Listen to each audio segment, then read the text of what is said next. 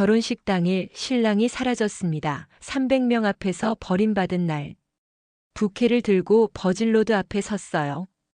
근데 신랑이 안 오는 거예요. 나중에 알았어요.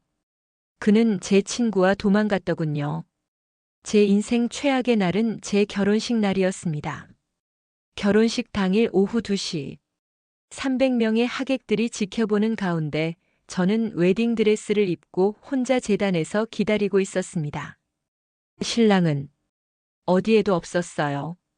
그리고 제 절친 수연이도 사라져 있었죠. 2년 전 일이에요. 저는 당시 29살 회사에서 만난 3살 연상의 남자친구 민준이와 3년간 연애를 했고 드디어 결혼을 앞두고 있었습니다. 그런데 그 완벽해 보였던 결혼식 당일 제 인생이 완전히 뒤바뀌는 일이 일어났어요. 완벽하게 준비된 결혼식. 결혼 준비는 정말 완벽했어요. 6개월 전부터 하나하나 준비했거든요. 강남의 유명한 웨딩홀을 예약했고 드레스는 3번이나 피팅을 받았습니다. 순백의 머메이드 라인 드레스에 3m 길이의 베일, 그리고 할머니께서 물려주신 진주 목걸이까지. 거울 앞에서 드레스를 입을 때마다 정말 공주님 같다는 말을 들었어요. 웨딩 케이크는 3단으로 우리가 처음 만난 카페에서 먹었던 티라미수 맛으로 주문했어요. 예식장 장식은 화이트와 핑크 장미로 민준이 오빠가 새하얀 장미처럼 순수한 우리 사랑을 표현하고 싶다며 직접 골라준 거였거든요. 지금 생각하면 정말 웃기죠. 신랑인 민준이 오빠는 평소에 무뚝뚝한 편이었지만 결혼 준비만큼은 저보다도 더 신경 써주는 것 같았어요. 우리 예쁜 새님을 위해서라면 뭐든지 해줄 수 있어 라고 말하면서 웨딩 촬영 장소도 직접 알아보고 허니문 여행지도 꼼꼼히 찾아봤거든요. 발리의 5성급 리조트를 예약해놨다면서 브로셔까지 가져와서 보여줬어요. 하객 명단만 해도 신랑 측 150명, 신부 측 150명으로 총 300명이었어요. 회사 동료들, 대학 친구들, 친척들. 정말 많은 분들이 축하해주러 오기로 했죠. 특히 저희 둘 다 외동이라서 양가 부모님들의 기대가 얼마나 컸는지 몰라요. 아버지는 내 딸이 드디어 좋은 사람 만나서 행복하게 살게 됐다며 눈물까지 흘리셨거든요. 예물도 정말 예뻤어요. 민준이 오빠가 3개월치 월급을 모아서 사준 다이아몬드 반지. 1캐럿짜리였는데 평생 너만을 사랑하겠다는 약속이라며 제 손에 끼워주던 그 순간이 아직도 생생해요. 그때는 정말 세상에서 가장 행복한 여자라고 생각했거든요. 친구들과 마지막 리허설. 결혼식 전날 밤 저는 대학교 동기들과 함께 마지막 처녀 파티를 했어요. 사실 거창한 건 아니고 집 근처 카페에서 케이크 먹으면서 수다 떨고 내일이면 정말 결혼하는구나 하면서 신기해하고 그랬죠. 그 중에서도 제일 친한 친구 수연이가 있었어요. 대학교 1학년 때부터 8년간 절친으로 지낸 사이였거든요.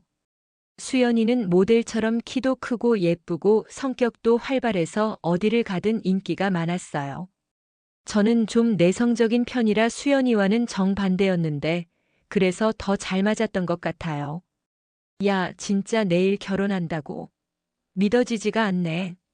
수연이가 웃으면서 말했어요. 민준이 오빠 정말 좋은 사람이야. 너 복 많이 받았어. 다른 친구들도 모두 축하해줬죠. 드레스 입은 모습 얼른 보고 싶다. 신혼여행 사진 많이 찍어와 이런 말들을 하면서요. 그런데 신기한 게 평소에는 민준이 오빠 얘기만 나와도 우와, 정말 멋있다 하던 수연이가 그날은 좀 이상했어요. 뭔가 어색하게 웃고 눈을 잘 안 마주치는 것 같았거든요. 그때는 결혼식 전이라 긴장해서 그런가 보다 생각했는데 지금 생각해보니 그때부터 조짐이 있었던 거였어요. 밤 11시쯤 친구들과 헤어지고 집에 왔는데 민준이 오빠한테서 문자가 와 있더라고요. 내일 우리 정말 부부가 되는구나. 사랑해, 이런 달콤한 메시지였어요. 저도 나도 사랑해요. 오빠 내일 봐요. 하고 답장을 보냈죠. 그날 밤 잠이 안 와서 새벽 2시까지 뒤척거렸어요. 결혼식 상상을 하면서 혼자 웃기도 하고 갑자기 떨리기도 하고. 그러다 겨우 잠들었는데 꿈에서도 웨딩드레스를 입고 있더라고요. 신랑이 갑자기 연락두절. 결혼식 당일 아침 7시에 일어났어요. 평소보다 2시간이나 일찍 일어난 거였는데 너무 설레서 더는 잠이 안 오더라고요. 샤워하고 간단히 아침을 먹은 다음 오전 9시에 미용실로 갔어요. 미용실에서 헤어와 메이크업을 받는 동안 정말 설레었어요. 거울 속 제 모습이 믿어지지 않을 정도로 예뻤거든요. 신부님 정말 아름다우세요. 미용사 선생님도 감탄하시더라고요. 어머니도 옆에서 우리 딸이 이렇게 예뻤나 하시며 눈물을 글썽거리셨어요. 오전 11시쯤 민준이 오빠한테 지금 미용실에서 예쁘게 단장 중이에요. 오빠도 준비 잘하고 계세요? 하고 문자를 보냈어요. 그런데 답장이 안 왔어요. 평소 같으면 바로바로 답장하는 스타일인데 좀 이상하다 싶었지만 남자들은 이런 거에 덜 신경 쓰나 보다 생각했죠. 12시쯤 다시 전화를 걸어봤어요. 그런데 전화를 받지 않더라고요. 한 번, 두 번, 세 번. 계속 벨소리만 울리고 받지 않았어요. 이때부터 조금 불안해지기 시작했어요. 어머니, 오빠가 전화를 안 받는데 괜찮을까요? 제가 걱정스럽게 물어보니까 어머니는 남자들은 원래 그래. 지금쯤 신랑 집에서 준비하느라 바쁠 거야 라고 하시더라고요. 맞는 말이었어요. 보통 결혼식 당일에는 신랑 신부가 따로 준비하니까요. 그래도 마음이 좀 불안해서 민준이 오빠 친구 성훈이한테 전화를 걸어봤어요. 성훈이는 민준이 오빠의 들러리였거든요. 성훈 오빠, 혹시 민준 오빠 어디 있는지 아세요? 전화를 안 받아서요. 그런데 성훈이도 나도 아까부터 민준이한테 전화하는데 안 받더라. 지금 어디 있는지 모르겠네. 아마 집에서 준비 중일 거야 라고 하더라고요. 이때부터 정말 이상했어요. 시간은 흘러가는데 오후 1시. 예식 시간까지 1시간밖에 안 남았는데 민준이 오빠는 여전히 연락이 안 됐어요. 이제 정말 초조해지기 시작했죠. 미용실에서 드레스로 갈아입고 예식장으로 이동하는 시간인데 신랑 소식이 없으니까 어떻게 해야 할지 모르겠더라고요. 어머니, 이상해요. 이 시간에 연락이 안 되는 게 말이 안 돼요. 제가 불안해하니까 어머니도 조금씩 걱정되기 시작하시더라고요. 한번 민준이네 집으로 전화해 볼까? 하시면서 민준이 오빠 어머니께 전화를 거셨어요. 그런데 민준이 오빠 어머니도 민준이가 아침 일찍 나갔는데 어디 갔는지 모르겠어요. 친구들이랑 준비하러 간 줄 알았는데 하시더라고요. 이때부터 양가 어머니들도 심상치 않음을 느끼기 시작했어요. 저는 패닉 상태가 되기 시작했어요. 결혼식까지 1시간도 안 남았는데 신랑이 어디 있는지 모른다니. 이런 일이 실제로 일어날 수 있는 건가요? 손이 떨려서 휴대폰을 제대로 잡을 수가 없었어요.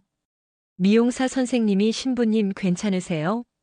얼굴이 너무 하얗게 됐어요 라고 걱정해 주셨지만 저는 대답할 수가 없었어요. 머릿속이 하얘졌거든요. 하객 300명 앞에서 기다린 신부. 오후 1시 30분.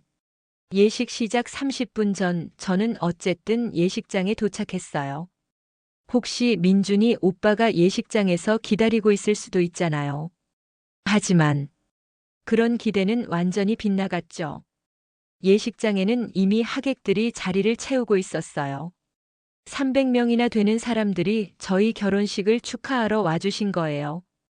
회사 상사님들, 대학교 선후배들, 먼 친척분들까지.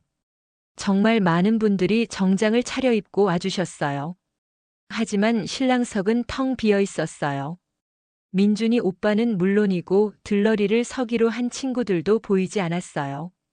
웨딩 플래너가 당황하며 저희 쪽으로 달려왔어요. 신부님, 신랑분이 아직 안 오셨는데 혹시 연락은 되시나요? 웨딩 플래너의 목소리에 불안함이 묻어나더라고요. 저는 떨리는 목소리로 지금 연락을 시도해보고 있어요 라고 대답했지만 사실 이미 수십 통의 전화를 했는데도 받지 않았거든요. 오후 2시. 예식 시작 시간이 됐어요. 하객들이 웅성거리기 시작했어요. 신랑이 왜 안 보이지? 혹시 사고라도 난 건 아닐까? 이런 목소리들이 들려왔어요. 저는 신부 대기실에서 나와서 예식장 뒤쪽에 서 있었어요. 웨딩드레스를 입고 부케를 들고 베일을 쓴 채로. 하지만 신랑은 없었죠. 이런 상황이 정말 현실인지 믿어지지가 않았어요. 아버지가 제 어깨에 손을 올리며 말씀하셨어요. 딸아, 조금 더 기다려보자. 분명 무슨 일이 생겼을 거야. 하지만 아버지의 목소리도 떨리고 계시더라고요. 15분, 30분. 시간은 계속 흘러갔어요. 하객들의 웅성거림은 점점 커졌고 어떤 분들은 이거 정말 이상한데 하는 표정으로 서로를 쳐다보기 시작했어요. 식장 전체에 퍼진 혼란. 오후 2시 30분이 지나자 예식장은 완전한 혼란에 빠졌어요. 300명의 하객들 사이에서 수군거리는 소리가 점점 커졌거든요. 신랑이 도망간 거 아냐? 이런 일이 실제로 있을 수 있나? 신부가 너무 불쌍하다 이런 말들이 여기저기서 들려왔어요. 저는 정말 땅속으로 들어가고 싶었어요. 300명의 시선이 모두 저한테 집중되어 있는 게 느껴졌거든요. 동정 어린 눈빛, 궁금해하는 시선, 당황한 표정들. 제 평생 이렇게 부끄러운 적이 없었어요. 웨딩 플래너가 마이크를 들고 잠시만 기다려주세요. 신랑분께서 조금 늦으실 것 같습니다라고 안내했지만 이미 분위기는 최악이었어요. 어떤 하객들은 이거 진짜 이상한데? 라며 서로 속삭이고 있었고 몇몇 분들은 벌써 일어나서 나가려고 하시더라고요. 양가 부모님들은 더욱 당황스러워 하셨어요. 특히 민준이 오빠 부모님은 우리 아들이 이럴 리가 없는데.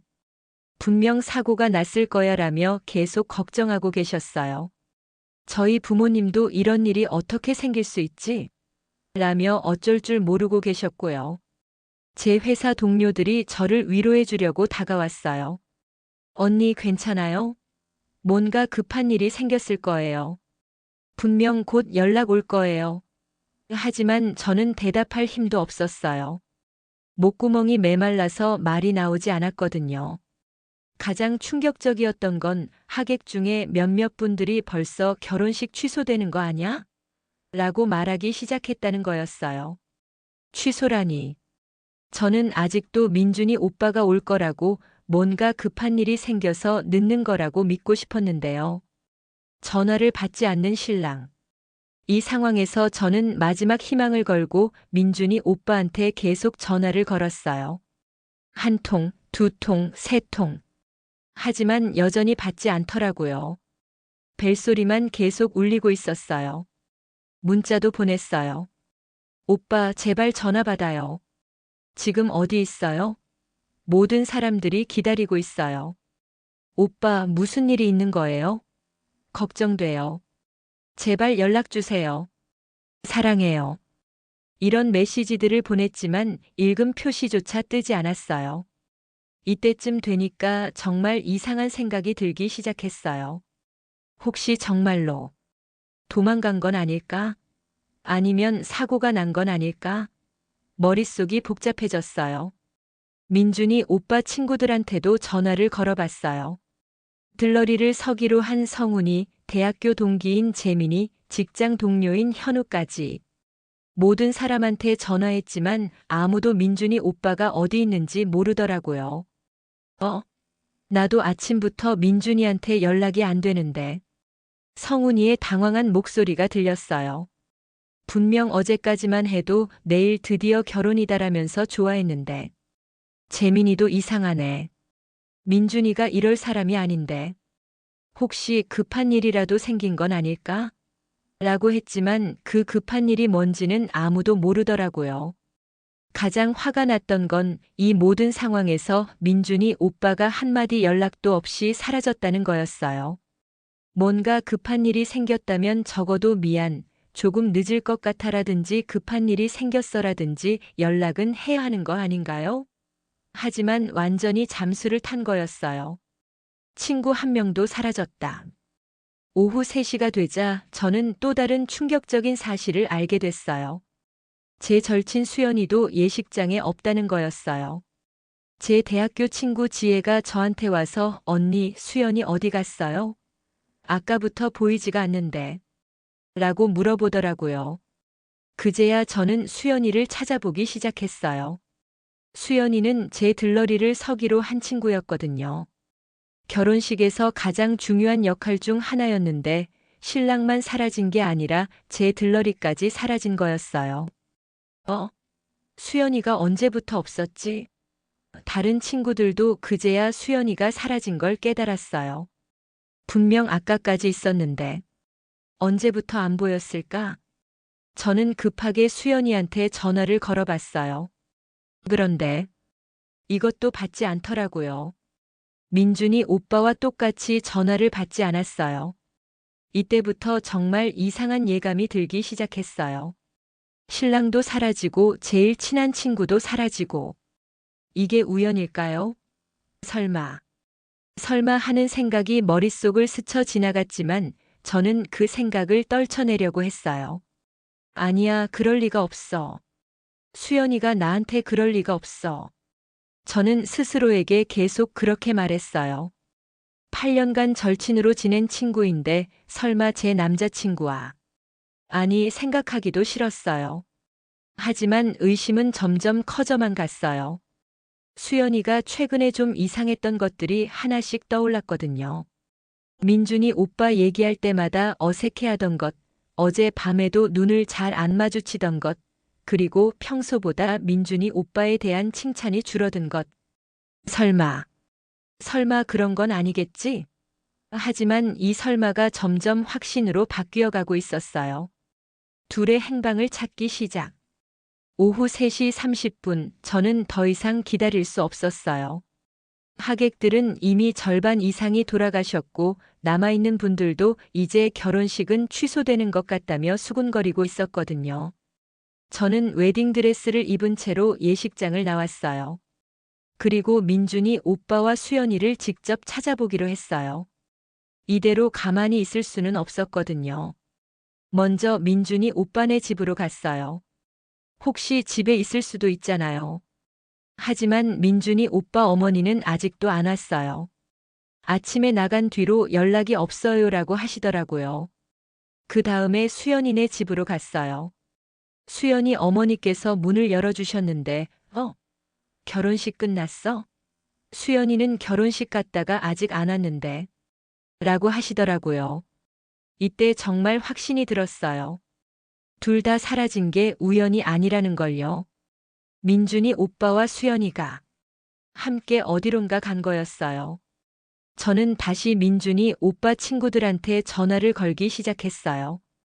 혹시 민준이 오빠가 평소에 자주 가는 곳 알아요? 수연이랑 함께 갈 만한 곳이 어디 있을까요?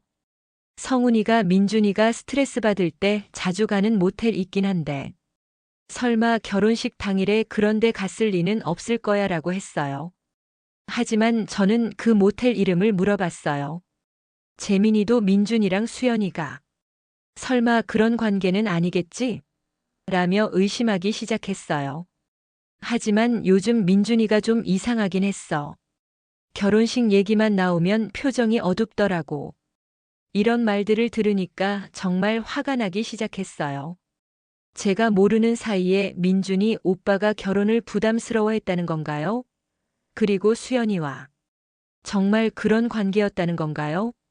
신랑과 친구의 위치 추적. 오후 4시 저는 정말 마지막 방법을 써보기로 했어요.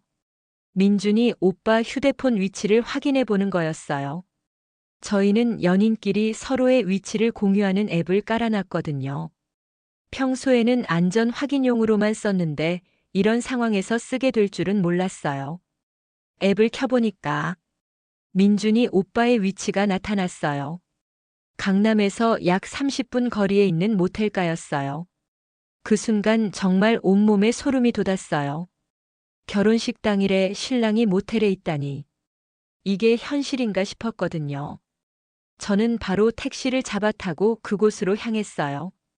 웨딩드레스를 입고 베일을 쓴 채로 모텔가를 향해 가는 제 모습이 얼마나 우스꽝스러웠는지 몰라요. 택시기사 아저씨도 결혼식 끝났나요? 그런데 왜 이런 곳으로 가세요? 하고 의아해 하시더라고요. 그 30분이 정말 길게 느껴졌어요. 차 안에서 계속 생각했어요. 혹시 내가 오해하는 건 아닐까? 민준이 오빠가 정말 다른 여자와 모텔에 있을 리가 없어. 하물며 내 절친 수연이와. 하지만 현실을 부정하고 싶은 마음과 달리 모든 상황이 그쪽으로 흘러가고 있었어요. 모텔 앞 CCTV에서 본 장면. 모텔 앞에 도착했을 때는 오후 4시 30분쯤이었어요. 러브스테이라는 간판이 붙은 허름한 모텔이었어요. 평소 같으면 절대 발을 들여놓지 않을 그런 곳이었는데 지금은 그런 걸 따질 상황이 아니었죠. 저는 떨리는 마음으로 모텔 카운터로 갔어요. 그런데 카운터 직원이 저를 보고 깜짝 놀라더라고요. 결혼식 드레스를 입고 왜 여기에? 혹시 여기 1시간 전쯤에 30대 남자랑 20대 여자가 같이 들어왔나요? 남자는 키 175cm 정도의 단발머리고 여자는 긴 생머리에 키가 좀 큰. 저는 민준이 오빠와 수연이의 특징을 설명했어요. 직원이 잠깐 생각하더니 그런 커플 같은데. 203호에 있을 거예요. 근데 가족이세요? 라고 물어보더라고요. 가족이냐는 질문에 제가 뭐라고 대답해야 할지 모르겠더라고요. CCTV 좀 볼 수 있을까요? 제가 확인해야 할 일이 있어서요. 저는 간절한 마음으로 부탁했어요. 직원은 제 웨딩드레스 차림새를 보더니 무언가 심상치 않음을 느꼈는지 CCTV 모니터를 보여줬어요. 그리고 그 순간 제 세상이 무너져 내렸어요. 모니터 속에서 민준이 오빠와 수연이가 손을 잡고 들어오는 모습이 선명하게 보였거든요. 오전 11시 23분, 정확히 제가 미용실에서 민준 오빠도 준비 잘하고 계세요? 라고 문자를 보낸 그 시간에 민준이 오빠는 제 절친과 모텔에 들어가고 있었던 거예요. 더 충격적인 건 둘의 모습이었어요. 민준이 오빠는 평소 저에게 하던 것처럼 수연이의 허리에 팔을 감고 있었고 수연이는 민준이 오빠의 가슴에 머리를 기대고 있었어요. 완전히 연인 같은 모습이었어요. 이 영상 언제 거예요? 제가 떨리는 목소리로 물어보니까 오늘 오전 11시 20분쯤이요라고 답하더라고요. 제 결혼식 시작 3시간 전에 신랑과 제 절친이 함께 모텔에 들어간 거였어요.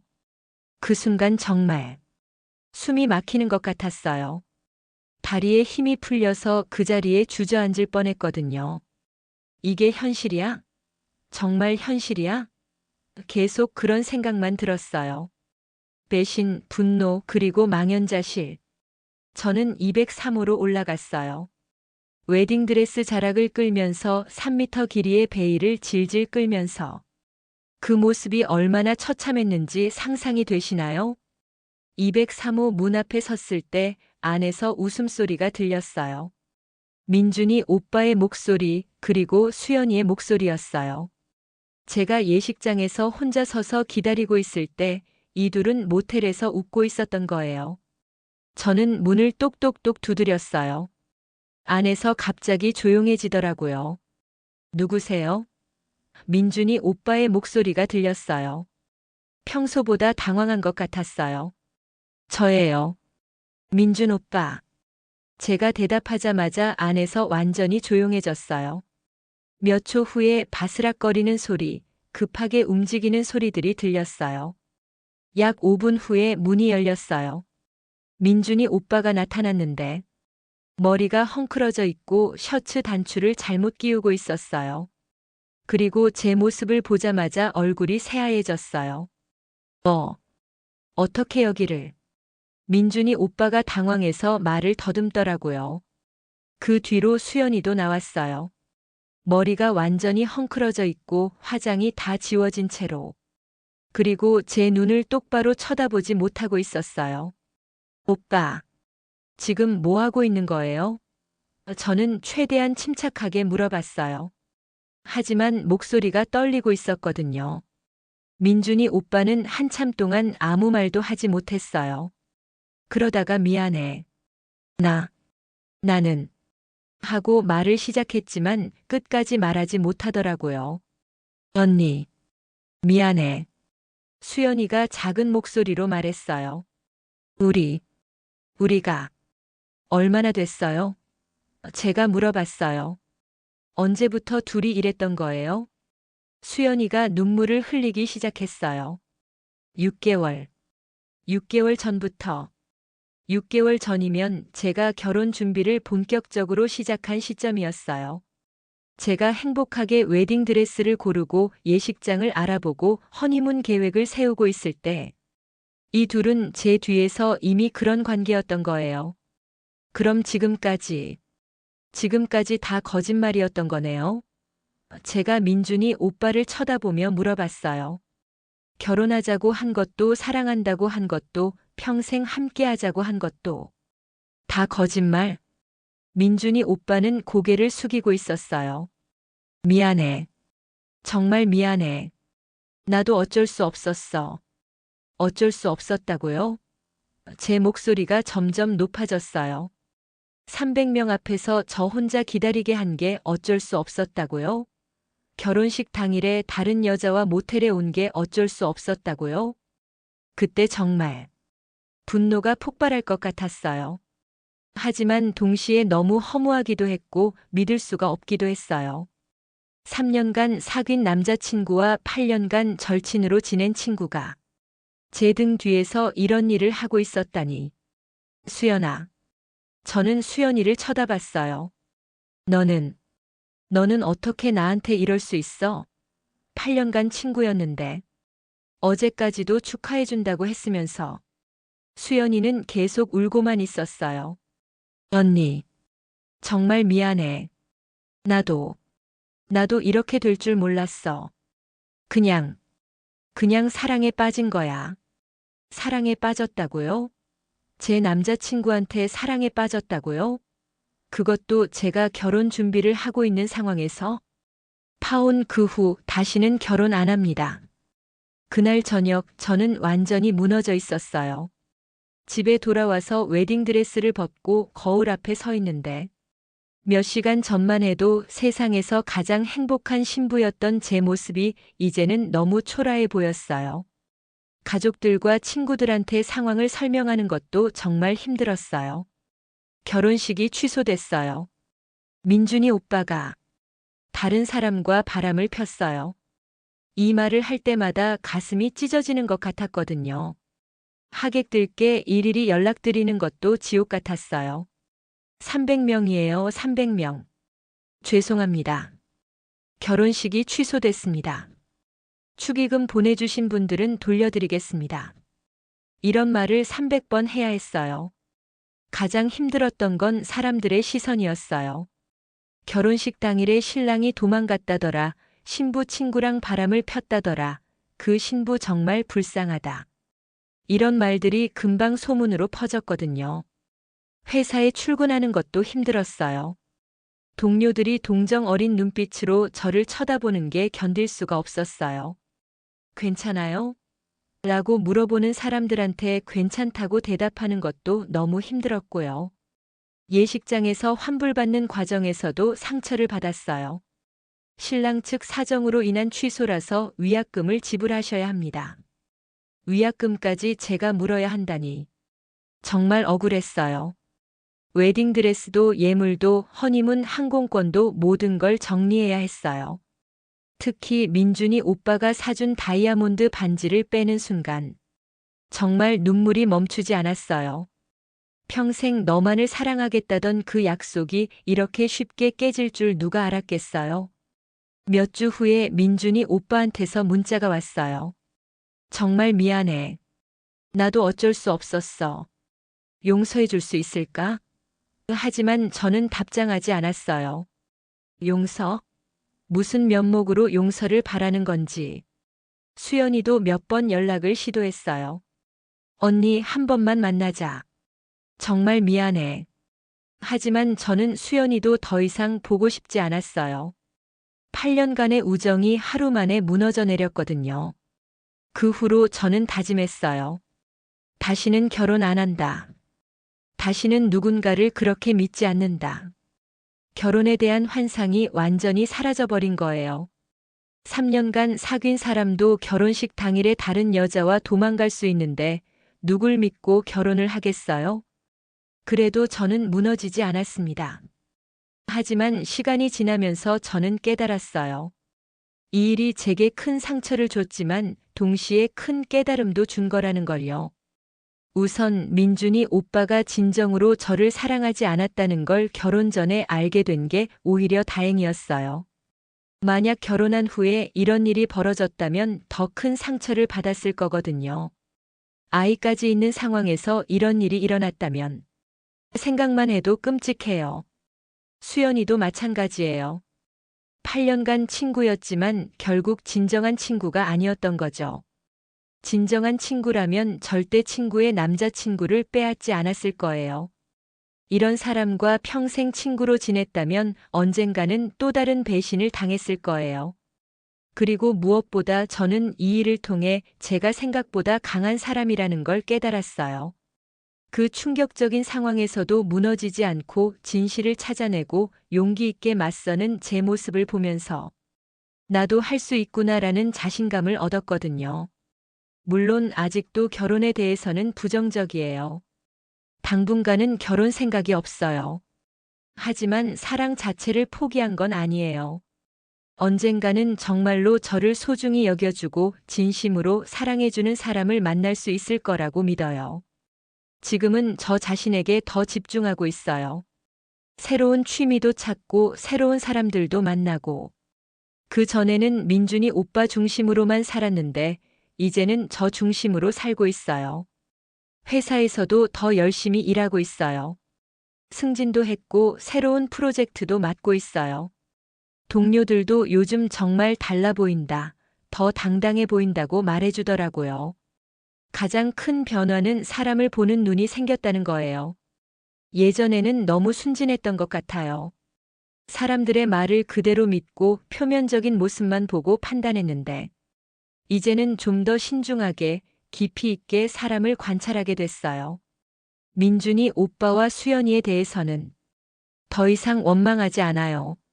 물론 완전히 용서한 건 아니지만 그들 때문에 제 에너지를 낭비하고 싶지 않거든요. 그들은 그들 나름대로 살아가겠죠. 저는 제 길을 가면 되는 거고요. 몇 달 전에 들은 얘기로는 민준이 오빠와 수연이가 결국 헤어졌다고 하더라고요. 서로를 배신한 사람들끼리 어떻게 오래 갈 수 있겠어요? 저는 그 소식을 들었을 때 그럴 줄 알았다는 생각밖에 안 들었어요. 더 이상 그들에게 감정적으로 반응하지 않게 된 거죠. 대신 저는 지금 정말 행복해요. 혼자 있는 시간을 즐기고 새로운 것들을 배우고 새로운 사람들을 만나고 결혼식 당일의 그 충격적인 사건이 오히려 제게는 새로운 시작의 계기가 된 셈이에요. 물론 가끔은 외로울 때도 있어요. 친구들이 연애 얘기하거나 결혼 얘기할 때면 나도 언젠가는 하는 생각이 들기도 하고요. 하지만 그런 감정들도 자연스러운 거라고 생각해요. 완전히 무감정한 사람이 되고 싶은 건 아니거든요. 요즘에는 새로운 취미도 생겼어요. 요가도 배우고 외국어 공부도 하고, 특히 여행을 많이 다니고 있어요. 혼자 떠나는 여행이 이렇게 자유롭고 즐거운 줄 몰랐거든요. 민준이 오빠랑 함께 갈 예정이었던 발리에도 혼자 다녀왔어요. 그 여행이 정말 힐링이 됐어요. 지금 생각해보면 그 결혼식 사건은 제 인생에서 가장 충격적이면서도 가장 중요한 터닝포인트였던 것 같아요. 그 일이 없었다면 저는 아마 지금도 모르고 살았을 거예요. 민준이 오빠의 진짜 모습도 수연이의 진짜 모습도 그리고 제 자신의 진짜 모습도 말이에요. 그래서 지금은 오히려 감사한 마음까지 들어요.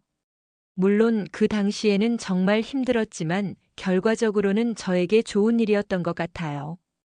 더 나은 사람으로 성장할 수 있는 계기를 준 거니까요. 앞으로도 저는 제 인생을 제가 주도해서 살아갈 거예요.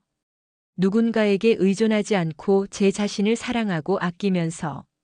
그리고 언젠가 정말로 좋은 사람을 만나게 된다면 그때는 더 현명하고 성숙한 관계를 만들어갈 수 있을 거라고 믿어요. 결혼식 당일 신랑이 사라진 그 충격적인 하루가 결국 제게는 새로운 인생의 시작이 된 셈이죠. 여러분도 인생에서 힘든 일이 생기면 절망하지 마세요. 그 힘든 일이 여러분을 더 강하고 지혜로운 사람으로 만들어줄 수도 있거든요. 지금의 저는 그 어느 때보다 당당하고 자신감 넘치고 행복합니다.